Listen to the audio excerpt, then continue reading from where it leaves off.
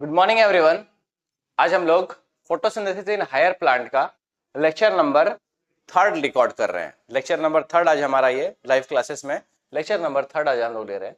और lecture third start करने से पहले मेनली हम लोग सबसे पहले आज पीछे जो पढ़े हैं उसको रिकैप करते हैं और उसके बाद फिर चैप्टर को कंटिन्यू करते हैं। ठीक है, तो चलो स्टार्ट करते हैं photosynthesis in higher plant lecture number 3। But पीछे हम लोग पहले एक बार रिकैप करेंगे। तो रिकैप में हम लोग क्या क्या पढ़ चुके हैं उसको ही हमेशा हर दिन देख लेते हैं। एक बार रिकैप रिकैप में अभी तक हम क्या क्या बता चुके हैं इस चैप्टर में। अभी तक हम जनरली कुछ फोटोसिंथेटिक इक्वेशन के बारे में बात किए हैं। अभी तक हम जनरली बोले कि फोटोसिंथेसिस का जो इक्वेशन है सिक्स फोटोसिंथेसिस का जो इक्वेशन है वो जनरली बोले 6CO2 plus 12H2O changes to C6H12O6 plus 6O2 plus 6H2O। तो इस इक्वेशन में हम लोग बोले थे कि इस इक्वेशन में हम लोग जनरली दो पार्ट को देख रहे हैं। ये जो CO2 है वो CO2 रिड्यूस होकर के ग्लूकोज के फॉर्मेशन कर चुका है और इस स्टेप को बोले थे रिडक्शन स्टेप। और ये जो पानी है वो पानी से हाइड्रोजन रिमूव हो चुका है और इसको हम लोग बोले थे ऑक्सीडेशन। ये सब हम लोग लास्ट क्लास में पढ़ चुके हैं। उसके बाद हम लोग कुछ फीचर्स पढ़े थे। What are the features of photosynthesis. Photosynthesis का क्या क्या फीचर है। जैसे कि फीचर नंबर 1 में बोले कि photosynthesis is a redox reaction. क्या बोले थे? Photosynthesis is a redox reaction. बोले it is a photochemical process, या फिर फोटोसिंथेसिस के बारे में बोले कि it is a endergonic process. एक ऐसा प्रोसेस जहां पे इनऑर्गेनिक पार्ट भी इन्वॉल्व है और जहां पे ऑर्गेनिक पार्ट भी इन्वॉल्व है, इसको बोल दिए endergonic process. It is a uphill process. Uphill process का मतलब जहां पे हमको एनर्जी देना पड़ रहा है किसी चीज को बनाने के लिए, that is uphill process. And then after हम लोग बोले photosynthesis is a anabolic process. जहां पे कुछ प्रोड्यूस हो रहा है, जहां पे कुछ क्रिएट हो रहा है, दैट इज एनाबॉलिक प्रोसेस। एक होता है कैटाबॉलिक प्रोसेस, एक होता है anabolic process. Photosynthesis is a anabolic process जहां पे कुछ प्रोडक्ट प्रोड्यूस हो रहा है, दैट इज ग्लूकोज का फॉर्मेशन हो रहा है। फिर हम लोग कुछ एक्सपेरिमेंट के बारे में बात किए थे। There are some general experiment. जैसे बोले पहला नंबर होता है वेरिजेटेड लीफ एक्सपेरिमेंट। ये सब जो भी बात बता रहे हैं ये हम लोग लास्ट क्लास में कर चुके हैं। हम लास्ट क्लास का ही रिकैप करा रहे हैं। अगर प्रॉब्लम है तो आप पीछे वाले लेक्चर को देख करके आना है, तब जाके और क्लियर समझ में आएगा। अभी हम लोग सबसे पहले बात कर रहे हैं कुछ जनरल एक्सपेरिमेंट के बारे में। हम लोग बात कर चुके थे। हम लोग एक्सपेरिमेंट बात कर रहे थे। पहला नंबर एक्सपेरिमेंट था वेरिजेटेड लीफ एक्सपेरिमेंट। इस एक्सपेरिमेंट से हम लोग समझते क्या है? वेरिजेटेड लीफ एक्सपेरिमेंट में क्या समझते हैं कि बोले कि कुछ लीफ ऐसा है जहां पे बहुत सारे डिफरेंट कलर्स प्रेजेंट है और जहां पे ग्रीन पार्ट प्रेजेंट है वहीं पे आयोडीन का टेस्ट हुआ था। That is conclusion. सिर्फ कंक्लूजन पे ही बात कर रहे हैं। फिर हम लोग बात किए थे moles half leaf experiment. Moles half leaf experiment क्या एक्सप्लेन करता है? Moles half leaf experiment explain करता है CO2 is essential for photosynthesis. ये हम सिर्फ कंक्लूजन बताए हैं, इसका डिटेल में हम लास्ट लेक्चर में बता चुके हैं।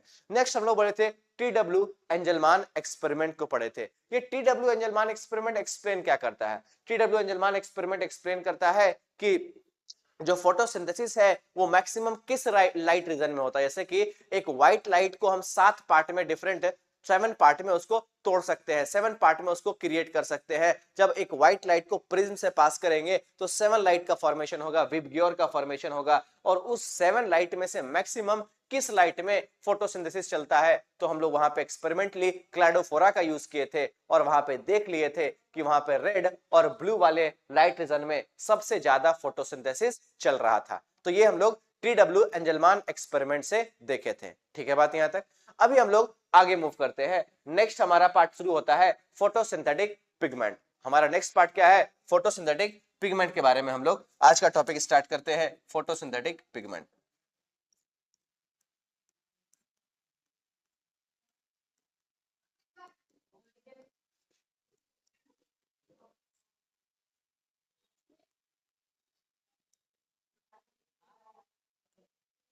सबसे पहले हम लोग बचपन से जो पढ़ते आ रहे हैं कि फोटोसिंथेटिक पिगमेंट है क्या, कि chlorophyll is a photosynthetic pigment. But एक फोटोसिंथेटिक पिगमेंट को हम सेपरेट कैसे करते हैं? तो हम लोग सबसे पहले पेपर क्रोमेटोग्राफी के बारे में समझेंगे। तो सबसे पहला स्टेटमेंट मेरा रहेगा photosynthetic pigment is separated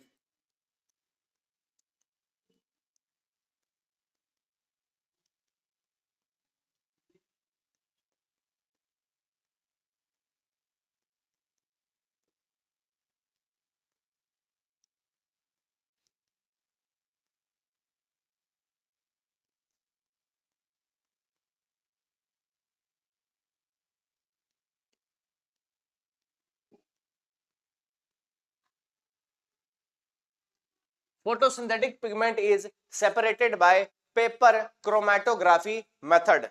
Paper chromatography method. Photosynthetic pigment is separated by paper chromatography method. Paper chromatography method होता क्या है उसको समझते हैं। जैसे मान लो एक कंटेनर है, इस कंटेनर में हम लोग लिक्विड लिए हैं, इस कंटेनर में लिक्विड ले लिए हैं, ठीक है।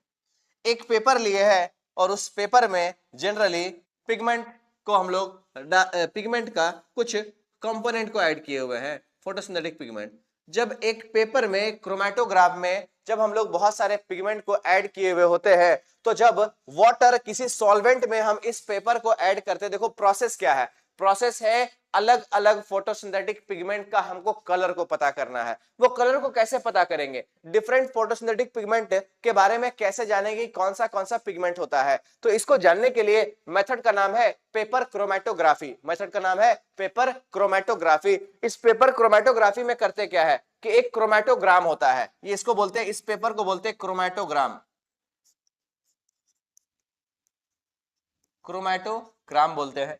इस क्रोमेटोग्राम जो है ना, इस पेपर में हम लोग क्या किए हैं, अलग अलग पिगमेंट को रखे हुए। जब सॉल्वेंट जाता है तो देखना एक बार ऐसा सोचो कि जैसे मान लो एक कॉपी में लिख लेते हैं पेन से, पेन से लिखने के बाद जब उस पे मॉइस्चर पड़ता है उस पेपर पे, तो जो इंक है वो चारों तरफ फैलना स्टार्ट होता है। वही काम यहाँ पे होगा। इस पेपर में बहुत सारा पिगमेंट का कंपोनेंट डाले हुए हैं। जब इसको हम इस पेपर को सॉल्वेंट में डिप करते हैं तो डिप करने से जो कलर है वो अलग अलग सेपरेशन होता है, और वही बोलते हैं कि पेपर क्रोमेटोग्राफी मेथड से हम लोग डिफरेंट फोटोसिंथेटिक पिगमेंट को सेपरेट कर सकते हैं। तो लिखिए photosynthetic pigment is separated by paper chromatography method. जैसे मानो कि यहाँ पे एक कलर डेवलप हुआ, जैसे मानो एक कलर यहाँ डेवलप हुआ, एक कलर यहाँ पे डेवलप हुआ। जब पानी जो है, जब सॉल्वेंट जो है ऊपर की तरफ मूव करेगा तो डिफरेंट फोटोसिंथेटिक पिगमेंट हमको यहाँ पे कलर के फॉर्म में दिखेगा। और सबसे पहला नंबर लिख सकते हैं क्लोरोफिल ए, मान लो इसको लिख देते हैं क्लोरोफिल ए, और इसका कलर होता है blue green. Chlorophyll A is blue green. मान लो ये है क्लोरोफिल बी, क्लोरोफिल बी, इसका कलर होता है येलो ग्रीन।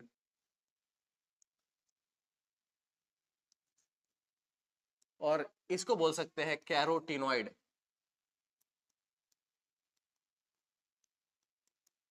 कैरोटीनॉइड इसको बोलते हैं येलो ऑरेंज, मतलब इसका कलर येलो ऑरेंज। इस तरह से हम लोग डिफरेंट फोटोसिंथेटिक पिगमेंट को आइसोलेट करते हैं, डिफरेंट फोटोसिंथेटिक पिगमेंट को सेपरेट करते हैं, ठीक है।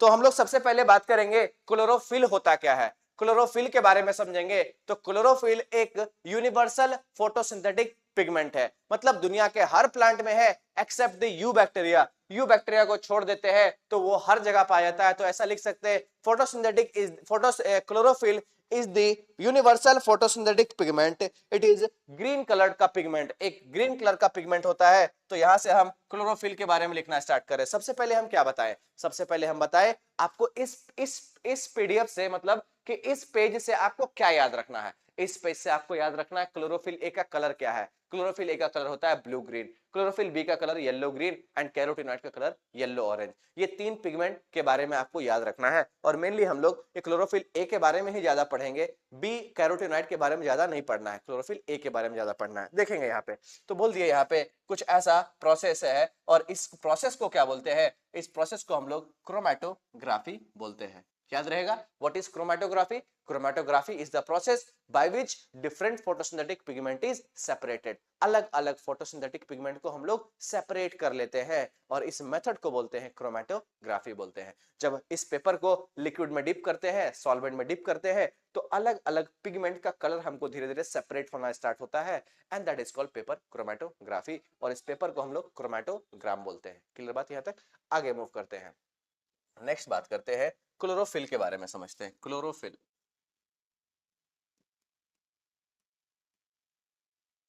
क्लोरोफिल, क्लोरोफिल के बारे में लिखेंगे it is the universal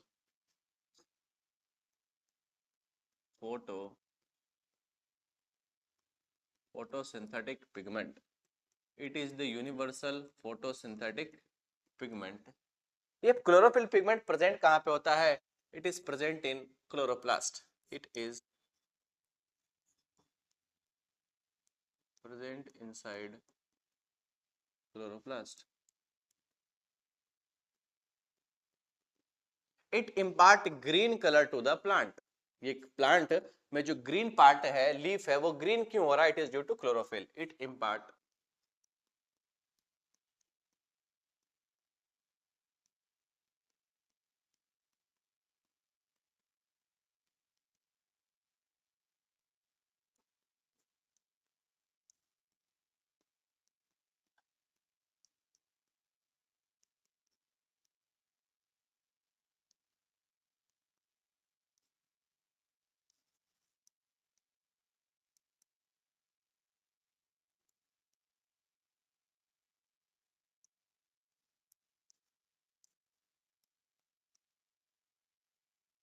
there are different types of chlorophyll in a quantasome like chlorophyll A हो सकता है, chlorophyll A, B, C, D, E, F, और भी बहुत सारा हो सकता है। ठीक है, बहुत सारा क्लोरोफिल का पिगमेंट हो सकता है।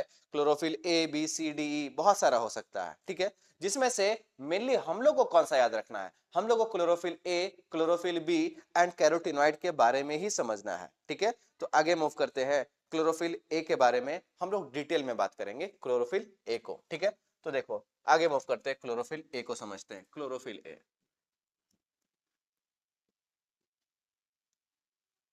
क्लोरोफिल ए, ये जो क्लोरोफिल ए है, सबसे पहला नंबर याद रखना है कि क्लोरोफिल ए का कलर कैसा होता है। Chlorophyll A is blue green in colour. It is blue green in colour.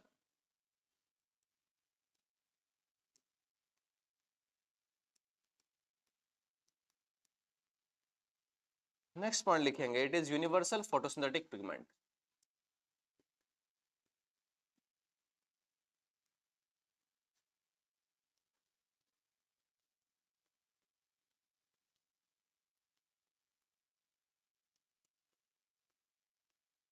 It is universal photosynthetic pigment. ये जो क्लोरोफिल ए है वो यूनिवर्सल फोटोसिंथेटिक पिगमेंट है, क्योंकि दुनिया के हर प्लांट में ये पाया जाता है।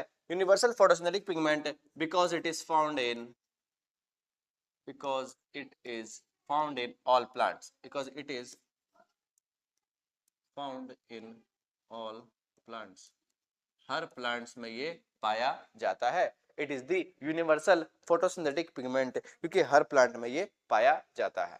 अब इस क्लोरोफिल के बारे में और हम क्या लिख सकते हैं? लिख सकते हैं chlorophyll A work as a, chlorophyll A works as a reaction centre, works as a reaction, chlorophyll A works as a reaction centre. ये रिएक्शन सेंटर की तरह काम कर सकता है। Chlorophyll A work as a reaction centre के तौर पे इसको हम लोग देख सकते हैं, और इसीलिए क्लोरोफिल ए को हम लोग बोल सकते हैं primary photosynthetic pigment. Work as a reaction centre, so it is known as, so it is known as, known as primary photosynthetic pigment, known as primary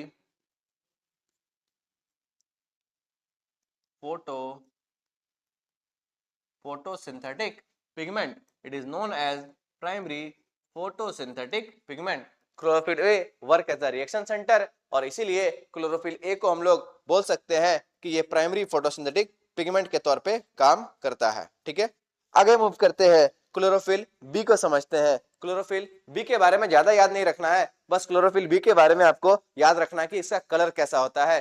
chlorophyll A B is yellow green in colour, chlorophyll A is blue green, chlorophyll B is yellow green in colour. आगे move करते हैं। अभी तीसरा number आता है हमारे पास carotenoid. तीसरा नंबर पिगमेंट है हमारे पास, तीसरा नंबर। क्लोरोफिल बी का बस कलर याद रखना है कि chlorophyll B is yellow green in colour, और it is also present in all plant. ये भी हर प्लांट में जनरली पाया जाता है। Next carotenoid, carotenoid. ये जो कैरोटीनॉइड है, इसका, इस पिगमेंट का दो पार्ट है।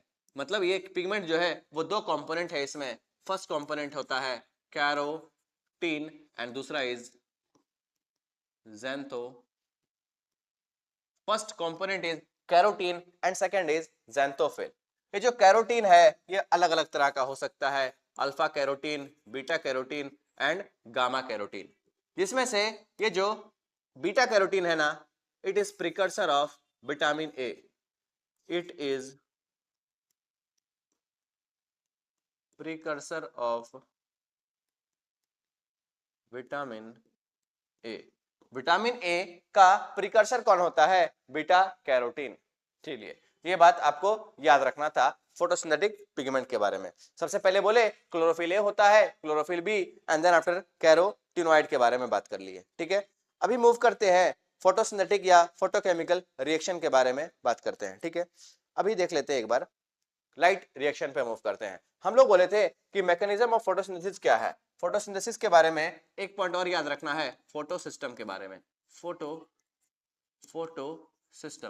फोटो सिस्टम के बारे में बोले कि जो फोटो सिस्टम है इसका दो पार्ट होता है, एक होता है रिएक्शन सेंटर, रिएक्शन सेंटर, एक होता है LHC या फिर एंटीना बोलते हैं इसको। एक बोले रिएक्शन सेंटर एंड सेकंड बोले LHC, light harvesting complex. LHC का मतलब है लाइट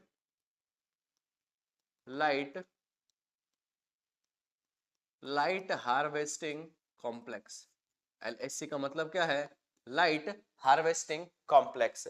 और ये रिएक्शन सेंटर जनरली क्या है? रिएक्शन सेंटर में हम लोग बोलते हैं photo system 1 and photo system 2। और रिएक्शन सेंटर हमेशा कौन सा होता है? क्लोरोफिल ए ही होता है। क्लोरोफिल ए ही हमेशा क्या होता है? Reaction centre. और रिएक्शन सेंटर में बोले PS1 एंड PS2। ये जो PS2 है इसका एब्जॉर्प्शन पीक है 680 नैनोमीटर और PS1 का एब्जॉर्प्शन पीक है 700 नैनोमीटर। तो देखो अभी हम ये बताना क्या चाह रहे हैं, हम बताना चाह रहे हैं कि जब हम लोग अभी फोटोसिंथेसिस चैप्टर को में इन करेंगे, अभी रिएक्शन में इन नहीं किया, जब अभी हम लोग रिएक्शन वाले पार्ट में इन करेंगे तो वहां पे हम लोग बहुत बार टर्म यूज करेंगे फोटो सिस्टम 1, फोटो सिस्टम 2। ये सब होता क्या है? तो ये जो फोटो सिस्टम है ना, इसके यही समझ लो कि मेन पार्ट है। फोटो सिस्टम बोले कि इसका दो पार्ट है, एक है रिएक्शन सेंटर, एक है LHC, that is light harvesting complex या फिर एंटीना। ये LHC में क्या होता है? LHC में all the other pigment except chlorophyll A, all the other pigment except chlorophyll A, chlorophyll A को छोड़ करके जितना भी अदर पिगमेंट है उसको हम लोग क्या बोल देते हैं? LHC, that is light harvesting complex. बहुत ज्यादा इंपॉर्टेंट है, याद रखना है। इसी LHC को हम लोग एंटीना भी टर्म यूज करते हैं, एंटीना भी बोलते हैं। अभी देखना यहाँ पे, यहाँ लिखे हैं PS1 एंड PS2। ये PS1 एंड PS2 के बारे में हम बताएंगे अभी, लेकिन देखना ध्यान से, ये लिखे PS1 फोटो सिस्टम 1। एक्चुअली में ये जो रिएक्शन सेंटर है हमेशा क्या होता है? क्लोरोफिल ए ही होता है। अभी उसका डायग्राम भी बनाते हैं। और बोले photo system 2 that is P680। इसका मतलब है कि ये जो फोटो सिस्टम 2 है वो मैक्सिमम 680 नैनोमीटर के वेवलेंथ को एब्जॉर्ब कर सकता है। लाइट से जो वेवलेंथ, अलग अलग तरह का वेवलेंथ आता है उसमें से मैक्सिमम 680 नैनोमीटर तक के लाइट को ही ये एब्जॉर्ब कर सकता है, दैट इज फोटो सिस्टम 2। और फोटो सिस्टम 1 है जो मैक्सिमम 700 तक के नैनोमीटर वेवलेंथ को एब्जॉर्ब कर सकता है। ठीक है, अभी एक बात और बताए थे कि जो प्लांट है वो कौन सा लाइट को एब्जॉर्ब कर सकता है, कितने रेंज ऑफ वेवलेंथ को प्लांट एब्जॉर्ब कर सकता है। तो प्लांट जनरली 400 से लेकर के 700 नैनोमीटर तक के वेवलेंथ को एब्जॉर्ब कर सकता है। और इस रेंज को हम लोग बोलते हैं photosynthetic active radiation, that is PAR। PAR के बारे में हम यहां पे लिख रहे हैं, PAR, फोटोसिंथेटिक एक्टिव रेडिएशन।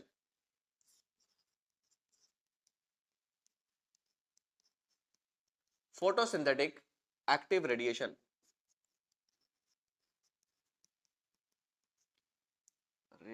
भाई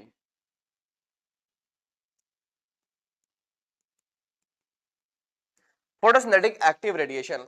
ये PAR का रेंज क्या है? ये PAR का रेंज जनरली है 400 से लेकर के 700 नैनोमीटर। इसका मतलब क्या है? ये 400 से 700 नैनोमीटर का मीनिंग क्या है? 400 से 700 नैनोमीटर का मतलब है भाई कि जो प्लांट है वो मैक्सिमम 400 से 700 नैनोमीटर तक के ही वेवलेंथ को एब्जॉर्ब कर सकता है और इसीलिए लिखे हैं 400 से 700 नैनोमीटर के वेवलेंथ को हम लोग बोलते हैं PAR, that is photosynthetic active radiation. Photosynthesis करने के लिए कौन सा रेडिएशन एक्टिव है, कौन सा रेडिएशन को प्लांट एब्जॉर्ब करता है, तो प्लांट जो है इतने ही रेंज ऑफ रेडिएशन को एब्जॉर्ब कर सकता है, दैट इज 400 से 700 नैनोमीटर तक के लाइट को ही प्लांट एब्जॉर्ब कर पाता है, that is PAR, photosynthetic active radiation. बात समझ में आया क्या?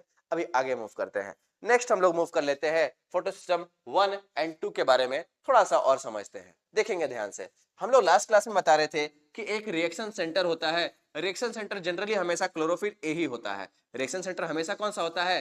क्लोरोफिल ए ही हमेशा रिएक्शन सेंटर होता है और उस रिएक्शन सेंटर के चारों तरफ जो है बहुत सारा फोटोसिंथेटिक पिगमेंट लगा होता है। इस तरह से बहुत सारा फोटोसिंथेटिक पिगमेंट अटैच्ड होता है रिएक्शन सेंटर के चारों तरफ। रिएक्शन सेंटर के चारों तरफ बहुत सारा फोटोसिंथेटिक पिगमेंट इस तरह से अटैच्ड है। ये क्या क्या हो सकता है? ये फोटोसिस्टम, ये क्लोरोफिल ए हो सकता है, ये क्लोरोफिल बी हो सकता है, सी हो सकता है, डी हो सकता है, बहुत सारा पिगमेंट ये सब हो सकता है। ये सब करता क्या है? चलो ध्यान से देखते हैं। ये सब करेगा क्या? ये सब जो है, ये सबसे पहला नंबर बात, लाइट को एब्जॉर्ब करता है। लाइट को एब्जॉर्ब करके एक दूसरे को पास करता है। लाइट को एब्जॉर्ब किया, सनलाइट से जब एब्जॉर्प्शन हुआ, सनलाइट एब्जॉर्ब कर लिया, एक दूसरे को ये ट्रांसफर करते जा रहा है अपने लाइट एनर्जी को, अपने एनर्जी को ट्रांसफर करके किसको दे दे रहा है? सब मिलकर के लाइट एनर्जी को ट्रांसफर करके इस क्लोरोफिल ए मॉलिक्यूल को दे रहा है और इसको हम लोग बोलते हैं रिएक्शन सेंटर। क्या बोलते हैं?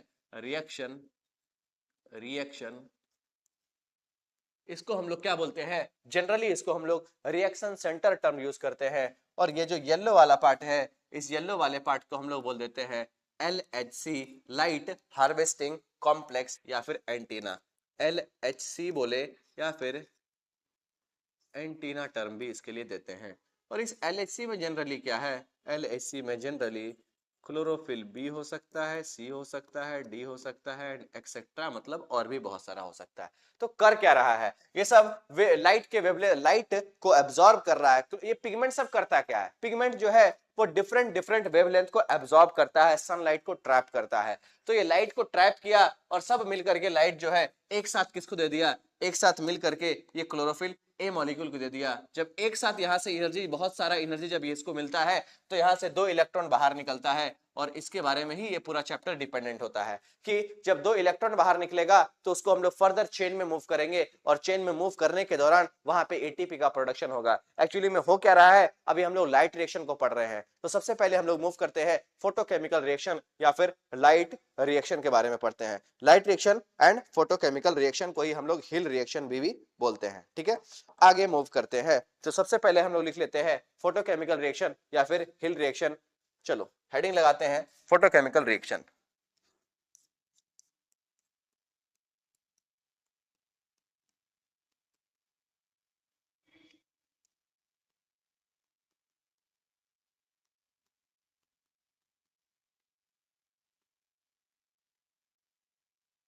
फोटोकेमिकल रिएक्शन या फिर हिल रिएक्शन, ये जो रिएक्शन है it was discovered by Robert हिल और इसीलिए इस रिएक्शन का भी नाम दिया गया है Hill reaction. This reaction was discovered by this reaction was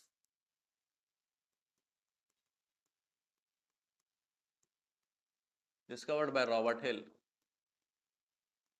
Robert Hill नाम का साइंटिस्ट जो था इस हिल रिएक्शन को डेवलप किया था और इसीलिए हम लोग इसको हिल रिएक्शन भी नाम देते हैं और फोटोकेमिकल रिएक्शन भी बोलते हैं। ठीक है, तो सबसे पहले फोटोकेमिकल रिएक्शन तो पढ़ेंगे, लेकिन हमको एक टर्म यूज करना है, हमको एक टर्म को पढ़ना है, फॉस्फोराइलेशन टर्म में पढ़ना है। Phosphorylation,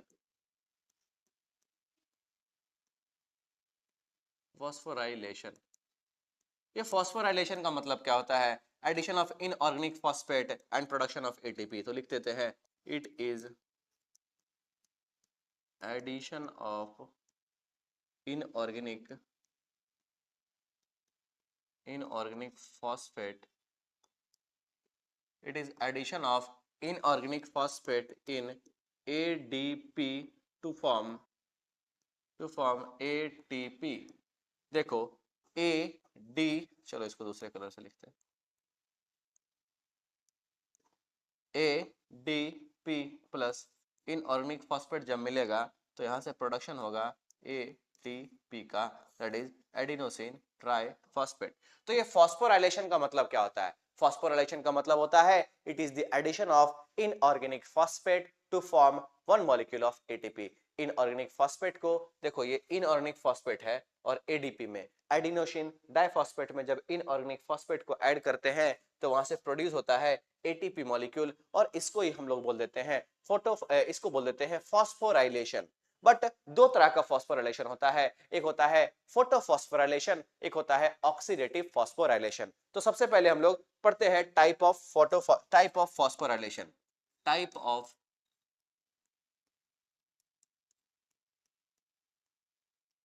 of phosphorylation. ये फॉस्फोराइलेशन का मतलब हम सबसे पहले बता दिए। फॉस्फोराइलेशन का मतलब क्या है? It is addition of inorganic phosphate to ADP to form ATP. ATP बनाने के प्रोसेस को ही जनरली क्या बोल दे रहे हैं? फॉस्फोराइलेशन। ये फॉस्फोराइलेशन कितना तरह का हो सकता है? ये फॉस्फोराइलेशन भाई दो तरह का हो सकता है। तो फॉस्फोराइलेशन जो है वो जनरली दो टाइप का है। फर्स्ट नंबर फॉस्फोराइलेशन है हमारे पास photophosphorylation and oxidative phosphorylation. Photophosphorylation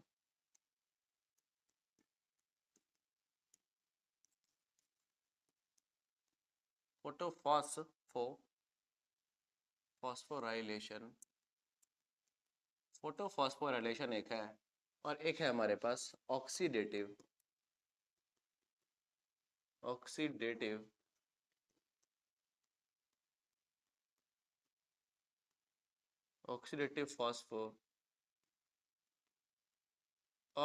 phosphorylation. Photophosphorylation and oxidative phosphorylation, एक एक करके एक एक पॉइंट लिख देंगे इसमें। फोटोफॉस्फोराइलेशन का मतलब होता है it is the formation of ATP with the help of sunlight. Sunlight के मदद से जब हम लोग एटीपी को प्रोड्यूस करते हैं, दैट इज फोटोफॉस्फोराइलेशन। लाइट के मदद से पानी को तोड़ते हैं, पानी को तोड़ने के बाद वहां पर देन आफ्टर हम लोग एटीपी का प्रोडक्शन देखते हैं, उसको डिटेल में हम लोग अभी आगे पढ़ेंगे। बट अगर हम लोग को एक शॉर्ट टर्म में बोलना है कि फोटोफॉस्फोराइलेशन होता क्या है, तो photophosphorylation is the process of formation of ATP with the help of sunlight. Light के मदद से अगर एटीपी बन रहा है, that is known as photophosphorylation. लिख लेंगे, it is the process of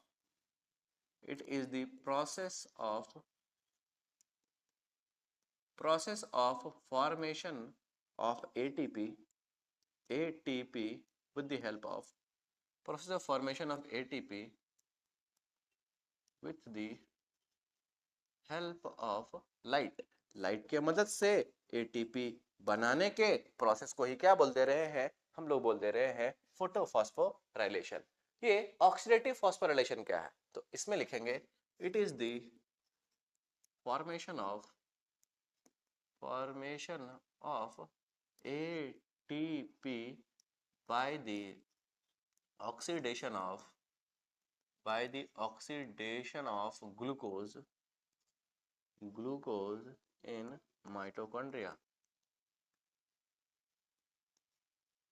चलिए, बहुत अच्छा बात है। यहाँ पे दो पॉइंट लिख लिए हैं। सबसे पहले बोले हैं कि व्हाट इज फॉस्फोराइलेशन। सबसे पहले बताए व्हाट इज फॉस्फोराइलेशन। फॉस्फोराइलेशन का मतलब है कि एटीपी बनाने के प्रोसेस को हम लोग फॉस्फोराइलेशन बोलते हैं। ये फॉस्फोराइलेशन कितना तरह का हो सकता है? तो फॉस्फोराइलेशन भाई दो तरह का हो सकता है। सबसे फर्स्ट नंबर बोले फोटोफॉस्फोराइलेशन एंड सेकंड नंबर बात किए ऑक्सीडेटिव फॉस्फोराइलेशन। ये फोटोफॉस्फोराइलेशन क्या है? It is the process of formation of ATP with the help of light. ये फोटो का मतलब क्या होता है? फोटो का मतलब होता है लाइट। फोटो का मतलब लाइट है, और फॉस्फोराइलेशन का मतलब होता है process of formation of ATP. और यहां लिखे हैं it is the formation of ATP by the oxidation of glucose in mitochondria. इसका प्रोसेस हमको पढ़ना है हमारे प्लांट फिजियो का next chapter, that is respiration in plant. Respiration in plant में हमको ये वाला टॉपिक पढ़ना है, और फोटोसिंथेसिस में हमको ये वाला टॉपिक पढ़ना है। दोनों अलग अलग है। ऑक्सीडेटिव फॉस्फोराइलेशन का मतलब क्या है? कि ग्लूकोज को ऑक्सीडाइज करके ग्लूकोज से एटीपी बनाने को प्रोसेस को बोलते हैं ऑक्सीडेटिव फॉस्फोराइलेशन। ग्लूकोज को वहां पे ग्लूकोज का यूज कर रहे हैं, ग्लूकोज का ऑक्सीडेशन करके हम लोग एटीपी बना रहे हैं। और ये होता कहां पे है? It is occurring in the mitochondria. और इसीलिए माइटोकॉन्ड्रिया क्या बोलते हैं? Mitochondria is the known as the power house of the cell. बचपन में पढ़ते थे कि mitochondria is known as power house of the cell. इस माइटोकॉन्ड्रिया को power house of the cell इसीलिए बोलते हैं क्योंकि वहां पे ग्लूकोज का ऑक्सीडेशन करते हैं और वहां पे हम लोग एटीपी बनाते हैं। इसको डिटेल में कहां पढ़ना है, इसको डिटेल में हमारे नेक्स्ट चैप्टर में पढ़ना है, that is respiration in plant. ठीक है बात यहां तक। अभी हम लोग मूव करते हैं फोटोफॉस्फोराइलेशन। हमारा जो ये चैप्टर है, ये चैप्टर में मेनली हम लोग को फोटोफॉस्फोराइलेशन के बारे में ही पढ़ना है। बात समझ में आया? चलो अभी कुछ और बात करते हैं। नेक्स्ट आता है हमारे पास कुछ पॉइंट है फोटोसिस्टम 1 एंड फोटोसिस्टम 2 के बारे में, PS1 एंड PS2। ठीक है, एक एक करके लिख लेंगे। इस PS1 का एब्जॉर्प्शन पीक कितना है? एब्जॉर्प्शन पीक है 700 नैनोमीटर। PS2 का एब्जॉर्प्शन पीक कितना है? 680 नैनोमीटर। मतलब कि ये कितने वेवलेंथ तक के लाइट को एब्जॉर्ब कर सकता है? तो PS1 है जो 700 तक के नैनोमीटर को वेवलेंथ को एब्जॉर्ब कर सकता है और PS2 जो है 680 नैनोमीटर तक के वेवलेंथ को एब्जॉर्ब कर सकता है। इसी रेस्पेक्ट में दो टॉपिक आता है, red drop effect, red drop effect, red drop effect आता है, red drop effect. Red drop effect को पढ़ते हैं। ये रेड ड्रॉप इफेक्ट है क्या? हम सबसे पहले आपको क्या बताएं कि फोटोसिंथेसिस करने के लिए हमको दो तरह का फोटोसिस्टम चाहिए होता है, फोटोसिस्टम 1 एंड फोटोसिस्टम 2। मतलब अभी लाइट रिएक्शन पढ़ रहे हैं, अभी डार्क रिएक्शन पे नहीं आए हैं। अभी हमारा लाइट रिएक्शन अभी शुरू होगा, लाइट रिएक्शन अभी शुरू हुआ नहीं है, बट लाइट रिएक्शन का एक बेस फॉर्म कर रहे हैं, हम एक बेस बना रहे हैं ताकि हमको लाइट रिएक्शन समझ में आए। हम बोले कि फोटोसिस्टम 1 एंड फोटोसिस्टम 2 का हमको रिक्वायरमेंट होता है लाइट रिएक्शन में। फोटोसिस्टम 1 जो है उसका एब्जॉर्प्शन पीक है 700 नैनोमीटर, मतलब कि वो कितने लाइट को एब्जॉर्ब कर सकता है? वो 700 नैनोमीटर वेवलेंथ तक के लाइट को वो एब्जॉर्ब कर सकता है। और फोटोसिस्टम 2 कितने वेवलेंथ तक के लाइट को एब्जॉर्ब कर सकता है? वो 680 नैनोमीटर तक के वेवलेंथ को एब्जॉर्ब कर सकता है। अब इसी के रेस्पेक्ट में दो टॉपिक आता है, red drop effect and Emerson enhancement effect. ये रेड ड्रॉप इफेक्ट क्या है? रेड ड्रॉप इफेक्ट के बारे में बोलते हैं कि when light is falling, light is when, ऐसा लिखते हैं, व्हेन 680 नैनोमीटर, व्हेन 680 नैनोमीटर, ऐसा लिखो, रुको, when more than 680 nanometer and 700 nanometer, 700 nanometer light falling in plant, then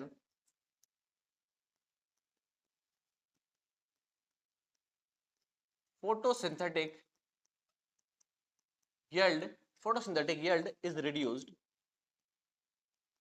photosynthetic yield is reduced। क्या बोले? when more than 680 nanometre and 700 nanometre wavelength के light से ज्यादा का लाइट फॉल कर रहा है तो वहां पे सिर्फ बोले कि फोटोसिंथेटिक यील्ड घट गया, मतलब कि फोटोसिंथेसिस जब हुआ तो प्रोडक्शन घट गया, क्योंकि यहाँ पे सिर्फ एक ही फोटोसिस्टम काम कर रहा है। देखना क्या लिखे, when more than 680, जब 680 नैनोमीटर से ज्यादा वेवलेंथ का लाइट हमारे प्लांट पे फॉल करेगा तो ये जो फोटोसिस्टम 2 है उसका मैक्सिमम पीक, मैक्सिमम लाइट को एब्जॉर्ब करने का कैपेसिटी कितना है? मैक्सिमम कितने वेवलेंथ को एब्जॉर्ब कर सकता है? तो मैक्सिमम 680 नैनोमीटर तक के ही वो लाइट को एब्जॉर्ब कर सकता है। उससे ज्यादा का अगर लाइट फॉल करेगा तो ये फोटोसिस्टम 2 काम नहीं करेगा। और यहाँ PS1 का मैक्सिमम 700 है, तो यहाँ पे लिखा है जब लाइट जो है 680 नैनोमीटर से ऊपर का फॉल करेगा और 700 नैनोमीटर का लाइट अगर फॉल करेगा प्लांट पे तो फोटोसिंथेटिक यील्ड, मतलब फोटोसिंथेसिस से जो प्रोडक्शन होना था वो घट जाएगा। घट इसीलिए जाएगा क्योंकि इस केस में सिर्फ फोटोसिस्टम 1 काम करेगा, क्योंकि यहाँ पे सिर्फ फोटोसिस्टम 1 ही फंक्शनल है। और इसका रीजन लिखेंगे, रीजन इसका है, रीजन है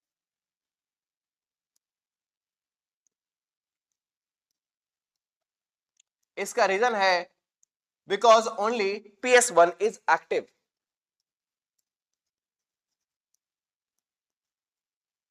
because only PS1 is active. सिर्फ फोटोसिस्टम 1 ही यहां पे काम कर रहा है और इसीलिए जो फोटोसिंथेटिक यील्ड है, जो प्रोडक्शन है, वो घट जाता है। बात समझ में आया? जब लाइट 680 नैनोमीटर से ऊपर का या फिर 700 नैनोमीटर का लाइट प्लांट पे फॉल करता है तो फोटो सिस्टम 1 काम करता है, जिसके कारण जो प्रोडक्शन है वो घट जाता है, and that is called red drop effect. इसको क्या बोलते हैं? Red drop effect. अभी नेक्स्ट आता है इमर्सन इनहांसमेंट इफेक्ट। नेक्स्ट हमारा टॉपिक है Emerson enhancement effect.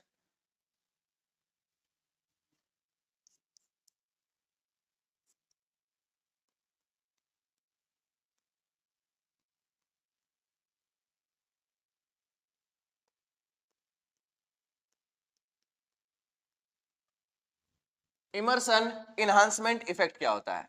Emerson enhancement effect, इस इमर्सन इनहांसमेंट इफेक्ट के बारे में यह है कि when light of wavelength when light of wavelength less than 680 nanometer and more than 680 nanometer is falling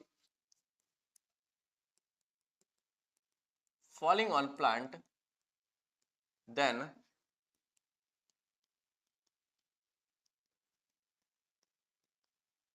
photosynthetic yield is increased। Then photosynthetic yield जो है वो बढ़ जाता है, और इसका रीजन क्या है वो रीजन लिख देते हैं यहां पे। रीजन है भाई because both PS1 and PS2 is active and PS2 is active. Reason क्या है? Because both PS1 and PS2 is active. क्या बोले कि जब प्लांट पे लाइट फॉल करता है 680 नैनोमीटर से कम का वेवलेंथ और 680 नैनोमीटर से ज्यादा, दोनों तरह का लाइट यहाँ पे फॉल करता है, तो फोटो सिस्टम 1 भी काम कर रहा है और फोटो सिस्टम 2 भी काम कर रहा है, जिसके कारण जो प्रोडक्शन है वो बढ़ जाएगा। और लिखे कि falling in plant then photosynthetic yield is increased, मतलब जो प्रोडक्शन का रेट है वो प्लांट में क्या हो जाएगा? बढ़ जाएगा, and that is called Emerson enhancement effect. जब हमारे दोनों photo system 1 and photo system 2 work करते हैं तो वहां पे होता है इमर्सन एनहांसमेंट इफेक्ट, मतलब वहां पे प्रोडक्शन ऑफ फोटोसिंथेसिस बढ़ जाता है। चलिए अब आगे मूव करते हैं। नेक्स्ट हमारा टॉपिक होता है टाइप ऑफ फोटोफॉस्फोराइलेशन। मूव करते हैं। अकॉर्डिंग टू एर्नॉन, साइंटिस्ट का नाम है, अकॉर्डिंग टू एर्नॉन, ये एक साइंटिस्ट का नाम है, according to Arnon two type of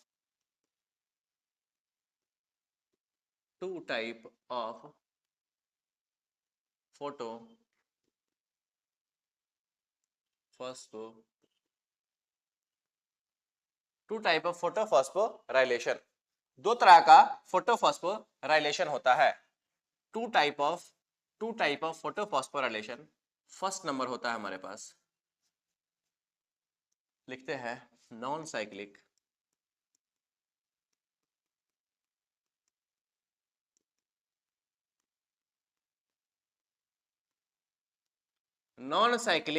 photophosphorylation बोल सकते हैं इसको, या फिर इसको ही हम लोग नॉन साइक्लिक ETS बोल सकते हैं, और या तो इसको ही हम लोग जेड स्कीम भी बोलते हैं, अभी पढ़ेंगे। या तो इसको ही हम लोग जेड स्कीम भी बोलते हैं। सेकंड नंबर हमारे पास आता है साइक्लिक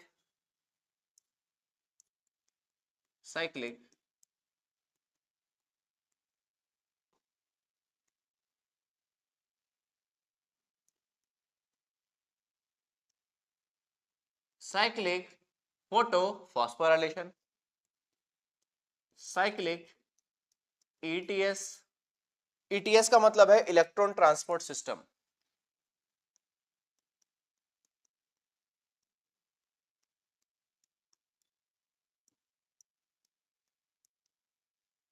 चलिए, तो अभी हम लोग लाइट रिएक्शन पे अब समझ लो मूव कर रहे हैं।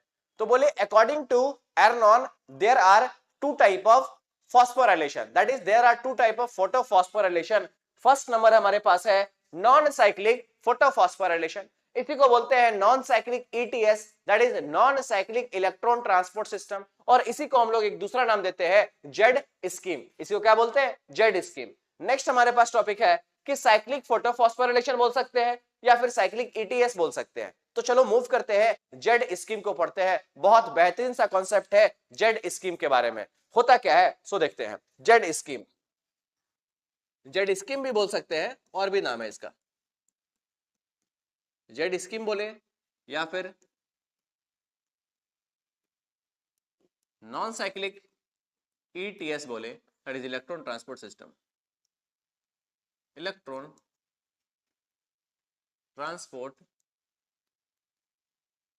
Transport system. चलिए देखते हैं, टाइम है क्या अभी हमारे पास?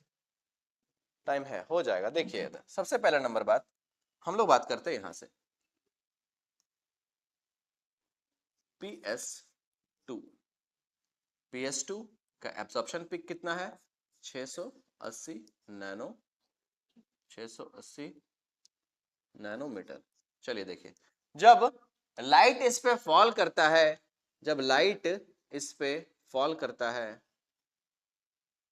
लाइट का जब रेडिएशन इस पे फॉल करता है तो होगा क्या? जब लाइट इस पे फॉल करता है तो यहां से जब इसको एनर्जी मिला PS2 को, यहां से भाई 2 इलेक्ट्रॉन बाहर निकलता है। जब लाइट का एनर्जी, लाइट एनर्जी इस PS2 पे फॉल करता है, यहां से 2 इलेक्ट्रॉन इजेक्ट होता है, 2 इलेक्ट्रॉन बाहर निकलता है। यहां से 2 इलेक्ट्रॉन बाहर निकल गया, लाइट फॉल किया, 2 इलेक्ट्रॉन यहां से बाहर निकला, और इस 2 इलेक्ट्रॉन को एक्सेप्ट करने के लिए यहां पे बैठा हुआ है प्राइमरी इलेक्ट्रॉन एक्सेप्टर, जिसको क्या बोलते हैं प्राइमरी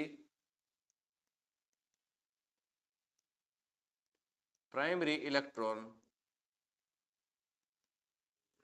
क्या बोले कि PS2 पे लाइट फॉल किया, 2 इलेक्ट्रॉन, लाइट फॉल करने से बहुत ज्यादा एनर्जी इसको मिला, एनर्जी जब मिला तो 2 इलेक्ट्रॉन इसके सरफेस से बाहर निकला, 2 इलेक्ट्रॉन यहां से बाहर निकला। अब ये 2 इलेक्ट्रॉन जो है ये प्राइमरी इलेक्ट्रॉन एक्सेप्टर तो एक्सेप्ट कर चुका है, अब 2 इलेक्ट्रॉन आगे पास करेगा चेन में, 2 इलेक्ट्रॉन आगे चेन में पास करता जाएगा, और ये 2 इलेक्ट्रॉन किसको दे देगा? ये 2 इलेक्ट्रॉन जो है वो आगे चेन में पास करता ही जा रहा है। जो 2 इलेक्ट्रॉन यहां से निकला है, इसी 2 इलेक्ट्रॉन के बारे में हम लोग देख रहे हैं। क्या बोले कि यहां से PS2 से 2 इलेक्ट्रॉन बाहर निकला, इस 2 इलेक्ट्रॉन को एक्सेप्ट कौन किया? इस PS2 का 2 इलेक्ट्रॉन को एक्सेप्ट करने वाला है प्राइमरी इलेक्ट्रॉन एक्सेप्टर। ये प्राइमरी इलेक्ट्रॉन एक्सेप्टर जो 2 इलेक्ट्रॉन को एक्सेप्ट किया है वो आगे पास करता जा रहा है, आगे चेन में पास करते जा रहा है। 2 इलेक्ट्रॉन जो है जो यहां से निकला है, यही 2 इलेक्ट्रॉन आगे वो फर्दर पास कर रहा है, और वो 2 इलेक्ट्रॉन पहुंच जाता है फोटो सिस्टम 1 के पास। ये 2 इलेक्ट्रॉन किसके पास आ जाता है? ये आ जाता है PS1 के पास। ये 2 इलेक्ट्रॉन आ गया भाई PS1 के पास, और PS1 का जो एब्जॉर्प्शन पिक है वो 700 नैनोमीटर का है, मतलब वो 700 नैनोमीटर के वेवलेंथ ऑफ लाइट को एब्जॉर्ब कर सकता है। चलो ध्यान से देखना, क्या बोले कि जब PS1 पे लाइट फॉल किया, इसको बहुत ज्यादा एनर्जी मिला, इसके एनर्जी के कारण 2 इलेक्ट्रॉन इसके सरफेस से बाहर हुआ। जब PS2 को एनर्जी मिला तो 2 इलेक्ट्रॉन बाहर निकला। ये 2 इलेक्ट्रॉन किसके पास गया? ये 2 इलेक्ट्रॉन प्राइमरी इलेक्ट्रॉन एक्सेप्टर के पास गया। 2 इलेक्ट्रॉन किसके पास गया? ये 2 इलेक्ट्रॉन प्राइमरी इलेक्ट्रॉन एक्सेप्टर के पास गया। ये 2 इलेक्ट्रॉन अब आगे फर्दर मूव कर रहा है। बहुत अच्छा सा कॉन्सेप्ट है जेड स्कीम। 2 इलेक्ट्रॉन आगे फर्दर मूव कर रहा है। अब 2 इलेक्ट्रॉन ये किसको दे दिया? ये 2 इलेक्ट्रॉन दे दिया फोटो सिस्टम 1 को। ध्यान से सुनना, जो PS1 है ये भी कैपेबल है किस चीज के लिए? ये PS1 भी कैपेबल है, यहां पे जब लाइट फॉल करता है तो PS1 भी कैपेबल है 2 इलेक्ट्रॉन को बाहर निकालने के लिए। PS1 भी कैपेबल है 2 इलेक्ट्रॉन को बाहर निकालने के लिए। तो जब लाइट इस पे फॉल किया तो यहां से भी भाई 2 इलेक्ट्रॉन बाहर निकला। जब लाइट फॉल किया तो यहां से भी कितना इलेक्ट्रॉन बाहर निकला? यहां से भी 2 इलेक्ट्रॉन बाहर निकला।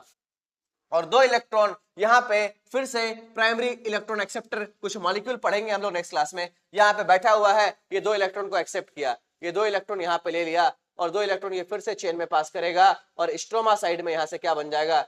NADP प्लस से कन्वर्जन हो जाएगा NADPH H प्लस H का फॉर्मेशन हो जाएगा, या फिर ऐसा लिख सकते हैं NADPH2 डायरेक्ट लिख देते हैं, NADPH2 का फॉर्मेशन हुआ। अभी बहुत अच्छा सा बात ये बताना है कि ये जेड स्कीम बोल रहे हैं, इसको क्या बोल रहे हैं, जेड स्कीम, क्योंकि इसका शेप कैसा बन रहा है, it is similar to the shape of Z के जैसा लग रहा है और इसीलिए इसका नाम है जेड स्कीम। उसके बाद इसको नॉन साइक्लिक इलेक्ट्रॉन ट्रांसपोर्ट क्यों बोलते हैं, इसको नॉन साइक्लिक इलेक्ट्रॉन ट्रांसपोर्ट इसीलिए बोलते हैं क्योंकि दो इलेक्ट्रॉन जो यहां से निकला है, क्या इसको वापस दो इलेक्ट्रॉन मिला, क्या इसको वापस दो इलेक्ट्रॉन नहीं मिला है, और इसीलिए इसको हम लोग non cyclic electron transport system बोलते हैं, क्योंकि दो इलेक्ट्रॉन जो इससे बाहर निकला था वो दो इलेक्ट्रॉन इसके पास वापस नहीं आया है, and therefore it is called non cyclic electron transport system. अभी एक बात और, जब यहां से इलेक्ट्रॉन पास हो रहा है ना, तो इलेक्ट्रॉन पास होने के दौरान ही यहां पे